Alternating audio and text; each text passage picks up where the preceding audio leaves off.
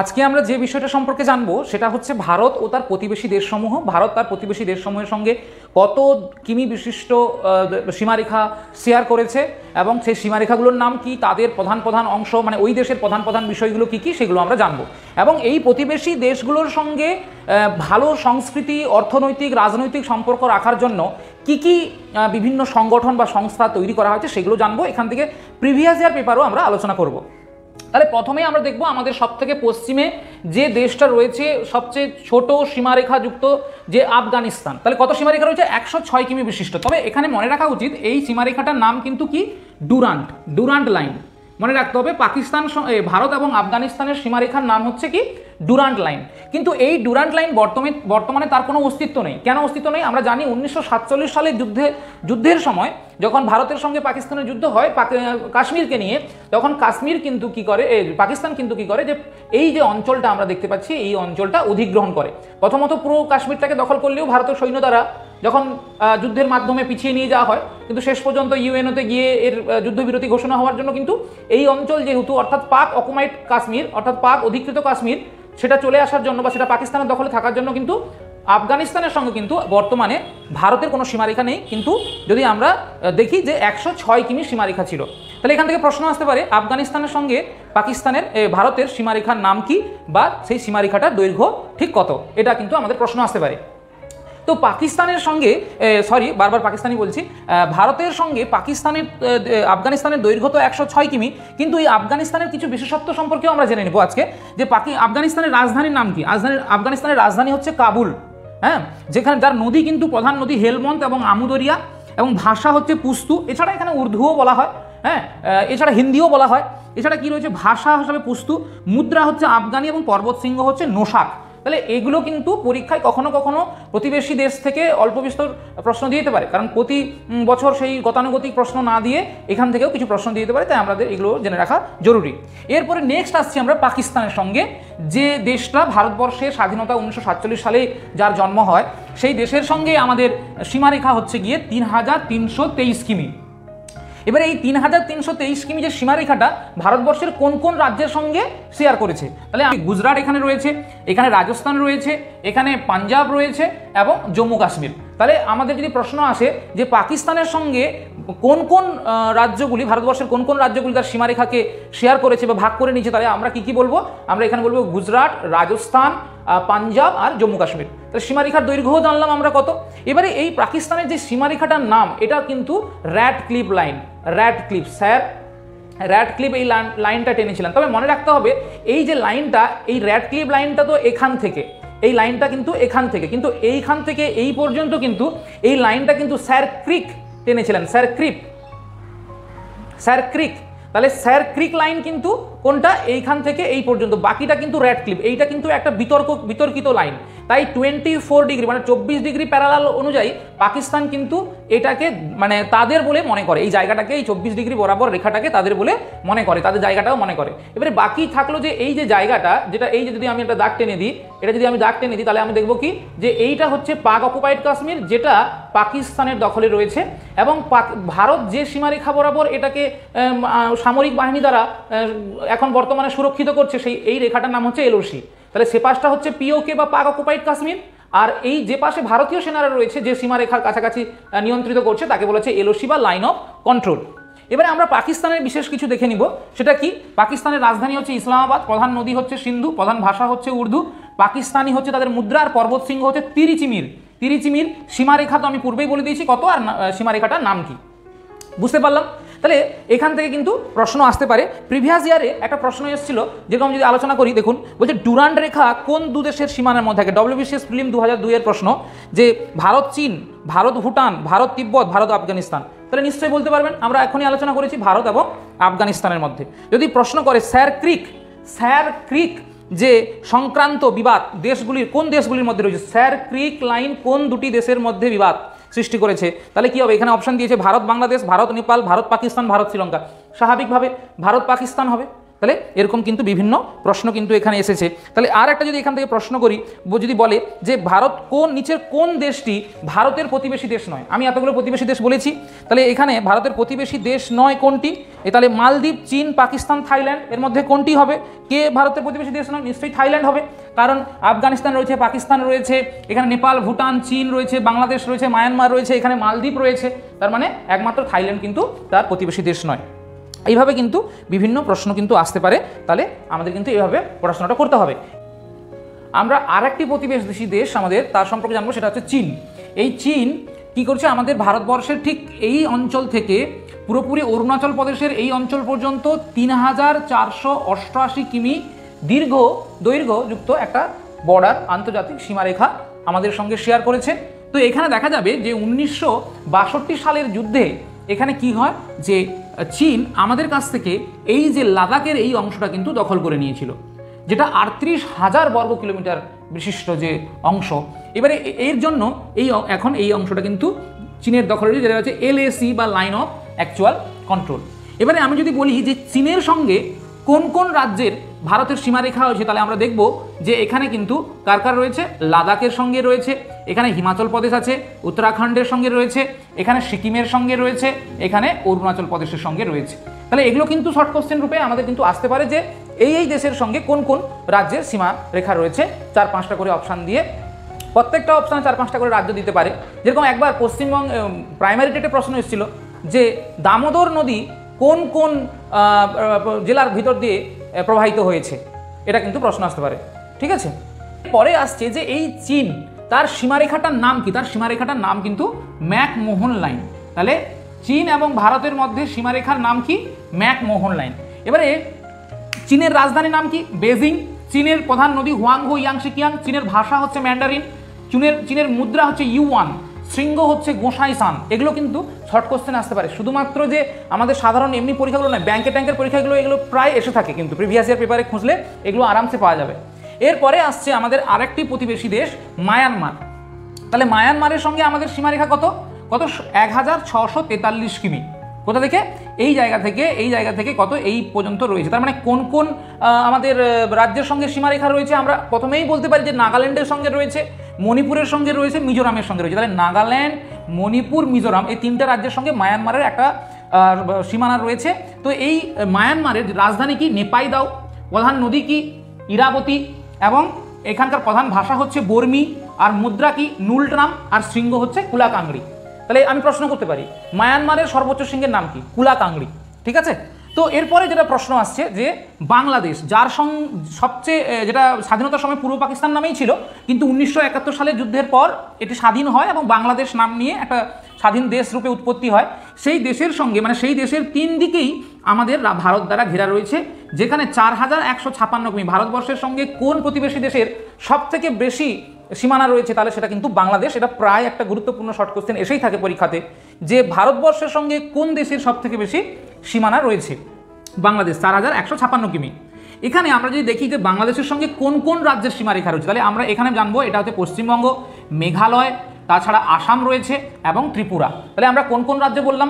পশ্চিমবঙ্গ, মেঘালয়, আসাম এবং ত্রিপুরা। এই রাজ্যগুলির সঙ্গে কিন্তু কার রয়েছে? বাংলাদেশের সীমারেখাও রয়েছে। এবার তাহলে আমরা চলে আসি যে বাংলাদেশের প্রধান কিছু অংশ। রাজধানী কি? ঢাকা। আমরা সবাই জানি, যেহেতু আমরা পশ্চিমবঙ্গবাসী, মানে আমরা বাংলাদেশের একদমই কাছে, তাই আমরা এগুলো খুব সহজে জানবো যে রাজধানী ঢাকা। মুদ্রা কি? টাকা। এবং নদী পদ্মা, মেঘনা। আমাদের গঙ্গার একটা খুব বৃহত্তম যে উপনদী, সেটা শাখা নদী, সেটা পদ্মা গিয়ে মিশেছে কিভাবে? ঠিক এইভাবে গেছে এবং এপাশ থেকে ব্রহ্মপুত্র এসে ঠিক এইভাবে কি হয়েছে? মেঘনা নামে মিলিত হয়েছে, দুটো মিলিত হয়ে মেঘনা নাম নিয়েছে। ব্রহ্মপুত্র যমুনা নামে এসেছে, প্রবেশ করেছে, পদ্মা গেছে মিলিত হয়ে মেঘনা নাম নিয়ে, তারপরে বঙ্গোপসাগরে মিলিত হয়েছে। ভাষা বাংলা, স্বাভাবিকভাবে আমাদেরই ভাষা। এবং শৃঙ্গ হচ্ছে কেওক্রাডং হচ্ছে বাংলাদেশের সর্বোচ্চ শৃঙ্গ, এটা আমাদের মনে রাখতে হবে। এরপরে আরেকটি প্রতিবেশী দেশ শ্রীলঙ্কা, যার সঙ্গে কোনো সীমা শেয়ার হয়নি, উপকূলবর্তী অঞ্চলে সবচেয়ে কাছে যদি প্রশ্ন করে ভারতবর্ষের উপকূল রেখার কাছে সবচেয়ে কাছাকাছি প্রতিবেশী দেশ কোনটি, তাহলে কিন্তু মনে রাখতে হবে শ্রীলঙ্কা। এবারে এই শ্রীলঙ্কার মধ্যে যে সবচেয়ে সংকীর্ণ যে অংশটা আছে সেটা হচ্ছে পক প্রণালী। তাহলে প্রশ্ন আসতে পারে শ্রীলঙ্কা ও ভারতের মধ্যে থাকা প্রণালী বা স্ট্রেট, ইংরেজিতে যাকে স্ট্রেট বলা হয়, স্ট্রেট মানে প্রণালী, সেই স্ট্রেট কোনটি? সেটা কিন্তু প্রক প্রণালী প্রশ্ন আসতে পারে। তবে এই যে প্রণালী, এই প্রণালীর এদিকটা হচ্ছে পক উপসাগর, এদিকটা হচ্ছে মান্নার উপসাগর। মনে রাখতে হবে যে শ্রীলঙ্কা এবং ভারতের মধ্যে উত্তর দিকে কোন সাগর রয়েছে, পক উপসাগর, আবার দক্ষিণ দিকে কোন উপসাগর, সেটা হচ্ছে মান্নার উপসাগর। যেহেতু 3 দিক স্থল দ্বারা ঘেরা, তাই আমরা একে উপসাগর বলছি, এটা কিন্তু মনে রাখতে হবে। এবারে এই শ্রীলঙ্কার রাজধানী হচ্ছে শ্রী জয়বর্ধনে পুরাকট্টে, আর এখানকার মুদ্রা হচ্ছে শ্রীলঙ্কান রুপি। মহাবলী গঙ্গা এখানকার প্রধান নদী। এবারে সিংহলি কিন্তু এদের প্রধান ভাষা, আর পেড্রো তালাগালা হচ্ছে এখানকার কিন্তু কি সর্বোচ্চ শৃঙ্গ। নিশ্চয়ই বুঝতে পারলাম।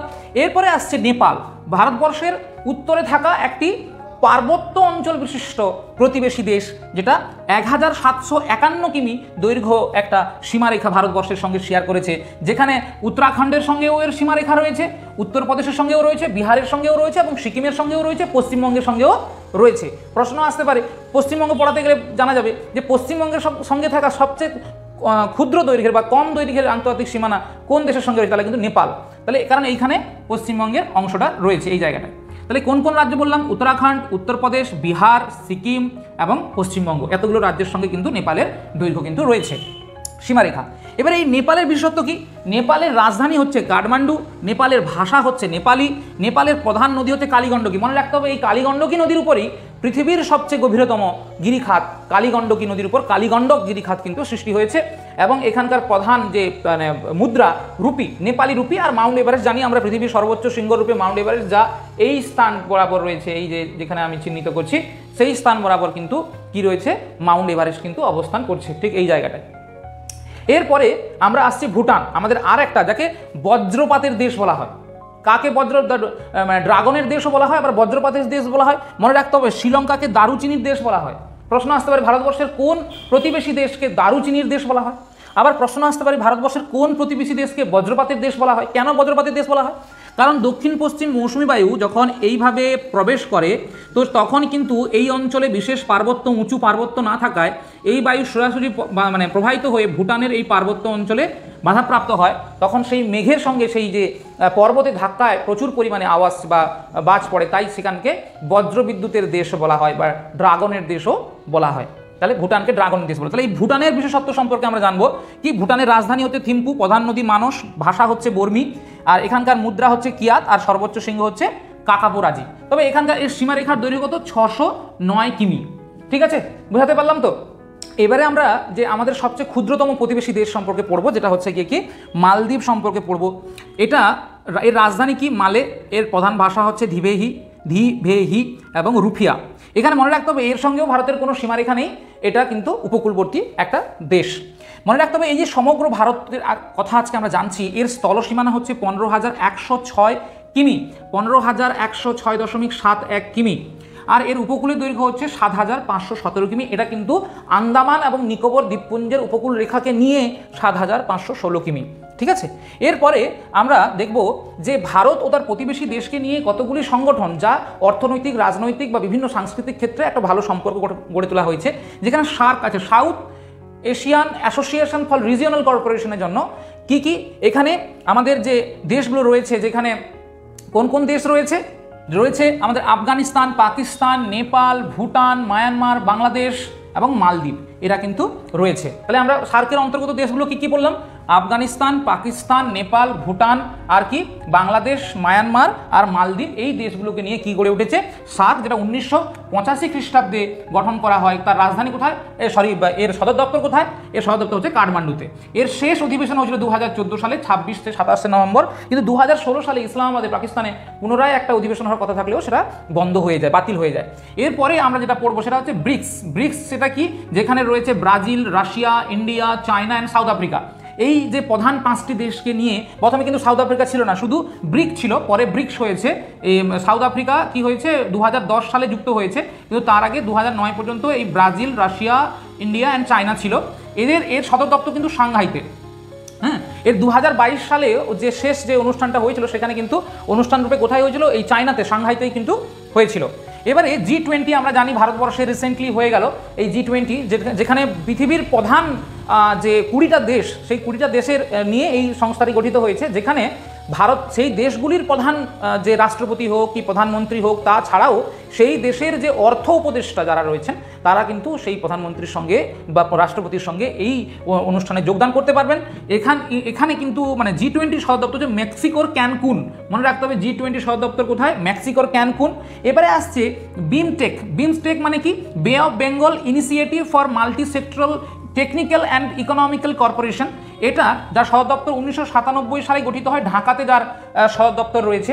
এখান থেকে কিন্তু WBCS এর প্রশ্ন এসেছিল যে এর সদর দপ্তর কোথায়, ঢাকাতে।